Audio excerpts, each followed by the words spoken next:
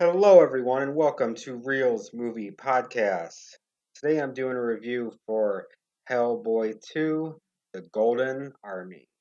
Hellboy 2 comes out 4 years after the original, and director Guillermo del Toro did a beautifully well done film in between called Pan's Labyrinth, which has some amazing creature designs.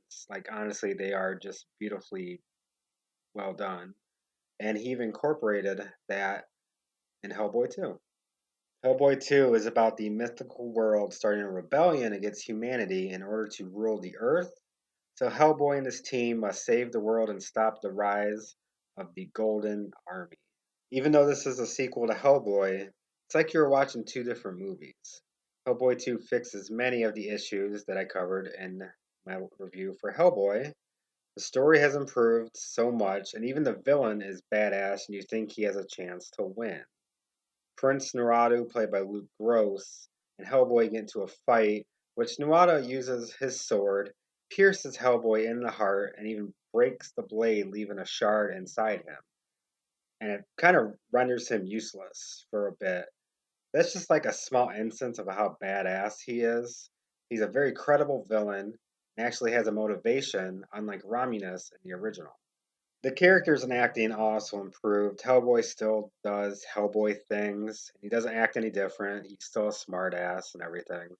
Selma Blair's Liz actually has a meaning to the movie, and she isn't forced into the story like she was in the original.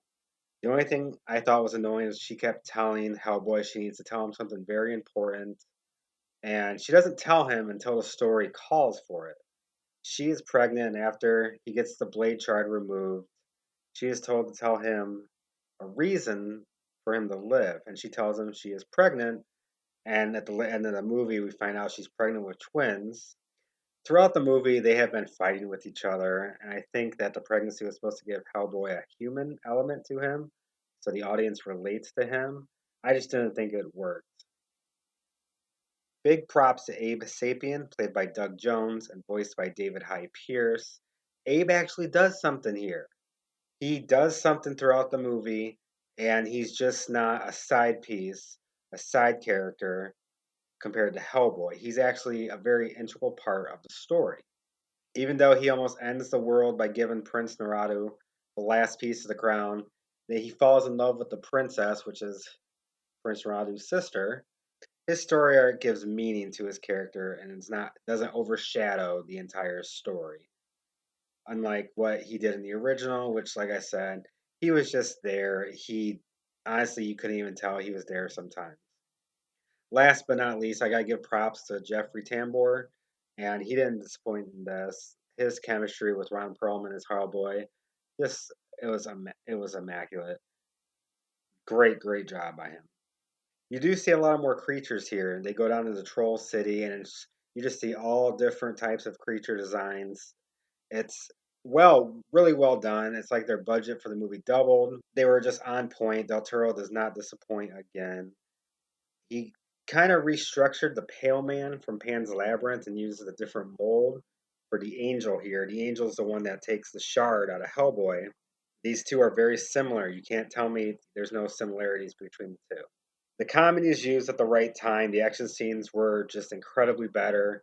It was a lot lighter, so you can actually see many things. Everything compared to the original is better, which is what you really want in a sequel. Comparing both movies, it's very much comparing night and day. My grade for Hellboy 2, The Golden Army, is a B+. If you like this episode, be sure to hit the thumbs up button, leave a comment below, subscribe to the channel, hit that bell for notifications, then you'll always know when a new episode is posted. I'll see you later.